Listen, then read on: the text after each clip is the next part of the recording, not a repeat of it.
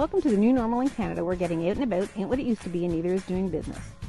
The new social dynamic has given rise to the work from home with kids underfoot business culture. Are you new to the world of working from home and being your own boss? Are you stoked about the idea, or is it causing a kerfuffle in your work and home life balance? Well, hang on to your toques, because you're about to discover secrets to finding your niche, having a solid game plan, and giving her all you got. All right, it's time to get at her. My name is Sue Charlebois. I'm the author of The New Normal, Working from Home and Loving It. Thanks for tuning in. Today we're going to be speaking about the ins and outs of self-publishing, and we're going to be talking with Kamalyn Kaur, the author of How to Take Control of a Controlling Relationship. Kamalyn is joining us all the way from Scotland. Thank you for joining us today. Our audience is a bunch of people stuck at home. Obviously, COVID-19 has changed the way we do business. And one of the things I hear quite often is, oh my God, I want to write a book, and can you help me? So I think it's really great to have somebody who has written a book, not only a book, but a really good book to help people who might be in difficult situations. Can you tell us a little bit about your book? What was your inspiration for writing it? And what kind of was your goal? Like, what were you hoping to achieve in writing this book?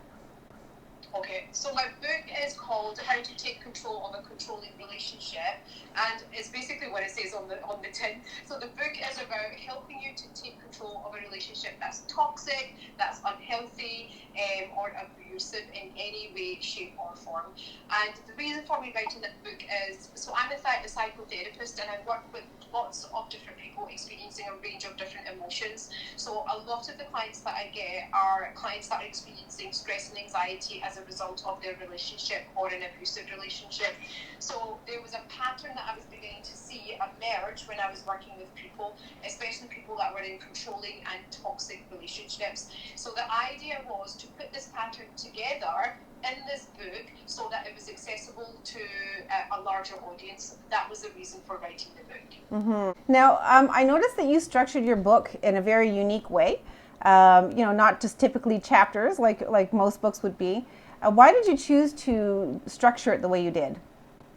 So the reason why I chose to structure the book in that way, so that the information was accessible, it was user-friendly, and the individual that was reading the book would be able to get the information that they wanted quickly without having to read the book from page to page. Now, this is a really sensitive topic, and it's a really complicated topic, so the book could have been as long as I wanted to, but the idea was that when somebody's going through a difficult time, when somebody is going through a crisis, they're not able to actually focus or concentrate on one thing at a time for so long, and this is a psychological change that takes place when we go through any kind of crisis, trauma, or any kind of a personal life change. What happens is our mind switches from being rational instead to irrational. So therefore, it's difficult for the mind to take large and copious amounts of information across. So the way I structured the book was to have information presented in a way that was easy to read, easy to digest, and accessible just by opening the front page. That was the reason for the structure of the book. Right. That's a really great point, because I know in writing my book it was the same thing. I wrote my book in 22 hours, and of course, that there was the editing and all of the typeset that had to come after, but the actual writing process came really quick once I had the structure of where I was going. That seems to be a key with a lot of the authors that I talk to, is that getting your structure down first, and then expanding the topic, like expanding each area of the book goes a lot easier. Now I noticed that you published your book with Tellwell. So they're a company that specializes in self-publishing, and so could you tell us a little bit about your experience working with them? Because I actually, I know one of the people who works there quite well. So the thing is with writing a book, people think writing a book is a difficult part. It's not. Writing the book is the easy part. The publishing thing I found actually quite difficult, because there's so many different avenues and streams of publishing companies out there. So it was to identify what was the best way, and self-publishing for me was definitely the best way. So the actual, once I identified the process and the step and the route that I was going to take for publishing, it's the the publishing process itself was not difficult. So everything was online. You just upload your manuscript online, right. And you just get, if you want, you can get somebody else to design your cover, or if you have that animation or graphics skill set, you could do it yourself. Right. You get your cover designed, and then everything is dealt with remotely online, and that is it. So there's no mass productions of the publication. The book just gets published as and when somebody orders it. Right. So that pressure of having to sell mass productions or mass products, that pressure gets removed when you're taking an avenue like this. Right, right. By the way, I love your cover. I think it is perfect. It really is, and I think a good cover really should tell a story, right? Like, I mean, with no words. It's a picture story. And so your cover is exactly what a controlling relationship is. It's like, you puppet on a string, I think it's really good visual. So I don't know if you designed it or if somebody else did, but I think it's a great cover. Oh, thank you. So I got somebody else to design it. Well, I had to design it in my head, but I had to get somebody else to do the graphics. And the design idea, Suzanne, I got at 4 o'clock in the morning. So that's when I usually get my best ideas, between 4 and 5 o'clock. So I usually wake up, and it's really strange. It's like a weird spiritual awakening at 4 or 5. So all my best ideas usually come to me when I'm in that kind of like stage of just waking up in semi-consciousness. So I literally had an image in my head of this teal green cover with an orange text on it, and I knew it was going to be puppet strings, and the actual puppet strings were going to be attached to the word relationship. So that's basically what I had a vision about. Then I basically went to sleep, and then an hour later when I woke up, I furiously emailed to this graphic guy who probably thought I was crazy because I was sending him a message at 5:30 in the morning.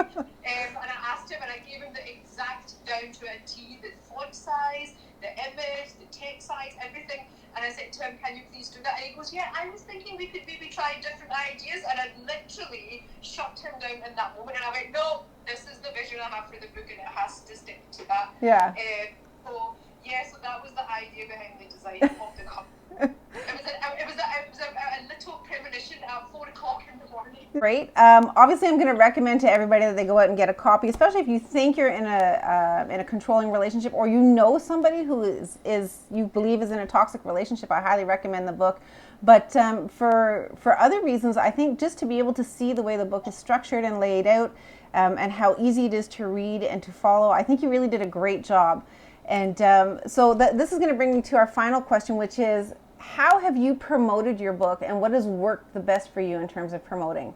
And my confession is, I am so rubbish at marketing, right? So I have always been rubbish at marketing myself, my business, and the book, right? So this theme still continues. I do need to find somebody that can market things for me. So I have tried to do it to the best of my abilities, which is market the book to my clients, my existing clients, all of whom are absolutely amazing, and then they tell their friends and family. So a lot of it is word of mouth. Right. Then I use my social media platforms, and I use that very loosely, the word, because I'm not very good at using social media platforms. So I kind of, the odd time I'll send a little post on it just to let people know, hello, the book's still here. So I'll do a social media post, and what else?